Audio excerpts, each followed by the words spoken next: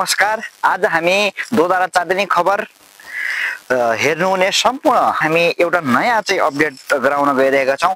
आज हामी दोधारा चाँदनी नगरपालिका वडा नम्बर 3 को पटरा खल्लामा यहाँ करोडौंको ठेक्का भइसकेर चाहिँ यहाँ ठेकेदार र इन्जिनियरको मिलोमत्तामा चाहिँ यहाँ कामको चाहिँ जुन एस्टिमेट छ त्यो एस्टिमेटको चाहिँ ठ्याक्कै उल्टो काम भइरहेको छ।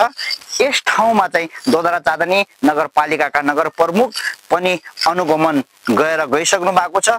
अनुगमनमा चाहिँ यहाँ सबै कामहरू भइराखेको छ र एस्टिमेटकै अनुसार काम भइरहेको छ भन्ने जानकारी आइसकेपछि हामी आज यो घटनास्थल दोधारा चाँदनी नगरपालिका वडा नम्बर 3 को पटरा खल्लामा चाहिँ यो जुन ठाउँमा चाहिँ करोडौंको चाहिँ ठेक्का भइराखेको छ त्यो ठाउँमा चाहिँ आज हामी अवलोकन गरेर आइरहेका छौँ। हजुरहरू प्रत्यक्ष देख्न सक्नुहुन्छ यो एस्टिमेटमा।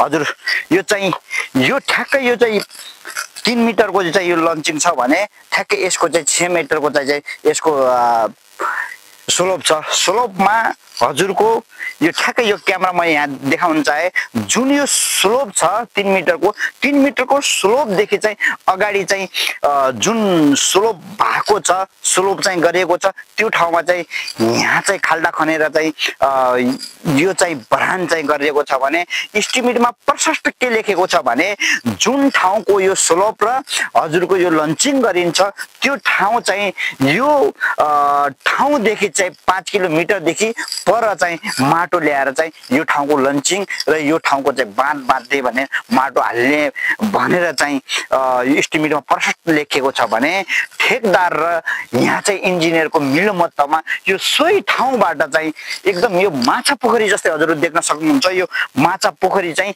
यहीँको माटो चाहिँ खनन गरेर यहीँको माटो चाहिँ जेसीबीले खनेर चाहिँ यो ठाउँमा चाहिँ बाँध बाँध्ने काम भइरहेको छ। हजुरहरूलाई प्रत्यक्ष हामी देखाउन गइरहेका छौँ। यो गड्डा हेर्न सक्नुहुन्छ।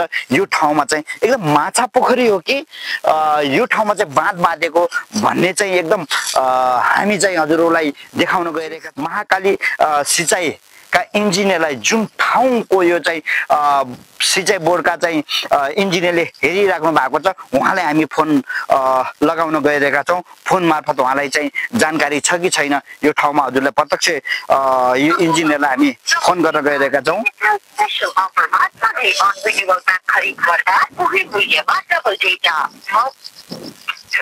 हेलो नमस्कार हजुर इन्जिनियर साहब। नमस्कार। हजुर म दोधारा चाँदनी खबरबाट सर। मैले थाहा पाएँ तपाईको कुरा भन्नु न। दोधारा चाँदनी नगरपालिका वडा नम्बर 3 घटनास्थलमै आउनु भएको छ। तपाईको भन्नु खोजेको मैले कुरा बुझेँ होइन सर। हजुर कुरा के हो भने मलाई आज भर्खर श्रीवास्तव कुरा भएको थियो मेरो। हजुर तपाईँ अहिलेसम्म पुग्नु भएको छैन भन्दाखेरि उहाँले के भन्नुभयो भने मैले 4 कट्टा जमिन किनेको छु होइन। हजुर न त त्यो अमर छेत्री भनेको फोन नम्बर दिएको छु होइन तपाईँलाई। हजुर हजुर अनि 4 कट्टा जमिन किनेको छु। त्यो 4 कट्टा जमिनबाट म अब पोखरी पनि बनाइदिने हो। त्यसपछि त्यहाँबाट माटो झिकेर होइन अनि अब पोखरी टाइपको बनाउने अनि त्यसपछि उहाँले चाहिँ पोखरी पनि भन्नुभएको छ अनि पोखरी हस्तान्तरण गरिदिने हो भन्नुभएको थियो अर्को। हजुर हजुर होइन कुरो चाहिँ त्यो भएको छ। हजुरलाई हामीले चाहिँ कलमा जोडिरहेका छौँ। इन्जिनियर साहब जुन अहिले चाहिँ यो पटरा खल्लामा जो हजुरले यो हजुरको नेतृत्व अथवा यो ठाउँलाई चाहिँ हजुरले चाहिँ नेतृत्व गरेर चाहिँ इन्जिनियरको रूपमा हजुर चाहिँ यो ठाउँलाई हेरिराख्नु भएको छ भने साँच्चीकै जो चाहिँ बाँध बाँधेको छ ठ्याक्कै त्यसको अगाडिपट्टि चाहिँ माछा पोखरी जस्तो खड्डा बनाएको छ। साँच्चीकै यही एस्टिमेटमा थियो इन्जिनियर साहब? त्यस्तो एस्टिमेटमा ठ्याक्कै त्यही थिएन होइन। हजुर हो उहाँले एस्टिमेट भन्दा बाहिरको कुरा गर्नुभयो। बाहिरबाट ल्याउनु पर्ने थियो उहाँले ल्याउनु भएन होइन। हजुर त्यो बाहिर सुन न खाल्डो खन्नु भयो। हजुर हो हजुर अब खाल्डो खनिसकेपछि अब उहाँले चाहिँ के गर्नुहुन्छ भने हजुर बाहिरबाट ल्याएर त्यो खाल्डो किनभने बोरडी सुक्नु हुन्छ बाहिरबाट माटो ल्याएर उहाँले त्यो खाल्डो पुर्नुहुन्छ। हजुर होइन अब बाहिरबाट माटो ल्याएर इन्भाइरोमेन्ट बनाउनु र त्यहाँदेखि खाल्डो बनाएर फेरि बाहिरबाट ल्याउनु भनेको खाल्डो पुर्नु भनेको उस्तै कुरा। फर्स्ट कुरा त यो ठाउँमा चाहिँ खनन गर्नै नपर्ने हो। यो खनन गरियो र बाहिरबाट माटो ल्याइन्छ र यो ठाउँमा माटो हालिन्छ यो खल्लामा। पछि माटो थपेको माटो बलियो हुन्छ कि पहिले नखनेको माटो यो बलियो हुन्थ्यो इन्जिनियर साहब? उहाँले माटो ल्याइसकेपछि अलिक त्यतिकै छोड्नुहुन्न नि त, कम्प्याक्ट जोलो लगाउनुहुन्छ, कम्प्याक्ट गर्नुहुन्छ नि। भोलिको दिनमा यो ठाउँमा चाहिँ बाढी यो खोला आएपछि पछि भरान गरेको माटो बगाएपछि के होला इन्जिनियर साहब? सही कुरा गर्नुभयो, यस्तो कुरा गर्नुभयो। हाम्रो के हुन्छ, उहाँले भरान गर्नुभयो, भरान गरेको माटो बगाएपछि हजुर होइन, हजुर प्रत्येक ठेका सकिएको 1 वर्ष डिएलपी ट्रेड हुन्छ, टिकट लाइबिलिटी ट्रेड हुन्छ। हजुर ट्रेडभित्र ठेकेदार सबै बनाउँछ। हजुर हजुर। अब माटो चाहिँ उहाँले पुग्नु नै साँच्चीकै यो हजुर र ठेकदार र इन्जिनियरको मिलोमत्तमा भन्ने कुरो सुन्नेको छ के कतिको यो यहाँका जनता अथवा यहाँका बासिन्दाहरूलाई चाहिँ यसो भनाइ छ यहाँका, हामी यसो बुझ्दा के कतिको साँचो कुरो हो इन्जिनियर साहब? यो त्यो तपाईँको कुन स्थानीयसँग कुरा गर्नुभयो, त्यो तपाईँले गलत रिपोर्टिङ गर्दै हुनुहुन्छ। महाकाली चित्ताएन कुनै परिवार, कुनै पनि परिवार मिलेको पनि छैन, मिल्दा पनि मिल्दैन। अनि यो क्लियरली सुनेन, हामीले त्यसलाई क्लियरली निर्देशन दिइसकेका छौँ। निर्देशन अनुसार मैले गाई जग्गा किनेर मैले हाल्छु पनि भनिसकेको छ होइन। अनि त्यो नहाल्दासम्म हामीले कुनै पनि बिल भरपाई गर्दैनौँ भनेर उहाँलाई चाहिँ निर्देशन दिइसकेको छ। हजुरले मिलेको छ, सुनेन, उहाँले काम गर्नुभयो, खाल्डो यदि पुर्नु भएन र नपुर्दा पनि तपाईँको बिल हामीले भरपाई गऱ्यौँ भने त्यसपछि बल्ल मिलेको छ भन्न पाउनुहुन्छ क्या। त्योभन्दा अगाडिसम्म तपाईँले मिलेको छ भनेर भन्न पाउनुहुन्छ। इन्जिनियर साहब, हजुरले निर्देशन दिनुभयो र ठेकदारले काम चालु गर्यो, हजुरकै मिलोमत्तमा यहाँबाट चाहिँ खनेर चाहिँ यो चाहिँ बाँध बदाउनु, बाँध बाँध्नु भनेको जस्तै भयो, अथवा के ठेकदारले हजुरको के अरे इन्जिनियरको चाहिँ निर्देशन नमानेको हो? पक्कै तपाईँले मैले भने नि, उहाँले खाल्डो खनेर पुर्नु भयो नि, इलेगल गर्नु भयो नि होइन, त्यो हामीलाई जानकारी बिना नै उहाँले खाल्डो खन्नु भयो क्या, भन्दैछु त तपाईँले। हजुर, हाम्रो जानकारी बिना हामीले त्यसलाई। अब यो रह्यो यो चाहिँ जुन ठाउँमा चाहिँ लन्चिङको अगाडि जो एउटा यो माछा पोखरी जस्तो खड्डा खनेको छ, त्यसको कति दिनभित्र चाहिँ यो माटो भरेर यसलाई रोलर लगाएर फेरि चाहिँ अगाडि चाहिँ माथि फेरि चाहिँ दुबो उमारिन्छ इन्जिनियर साहब? तपाईँले क्वेसन त सोध्नुभयो कहिलेसम्म भनेको। हजुर, जतिसम्म ठेकेदार साहबले चाहिँ काम गर्नु हुँदैन नि होइन, कहिलेसम्म उहाँले त्यो काम जति पनि काम गर्नुभयो नि हजुर त्यो कामको बिल भरपाई हुँदैन होइन। बिल भरपाई नहुने भएपछि, बिल उहाँले नपाउने भएपछि उहाँले त्यो काम गर्नै पर्छ भनेर हामीले भनेको थियो, तपाईँको बिल पाउनुहुन्न।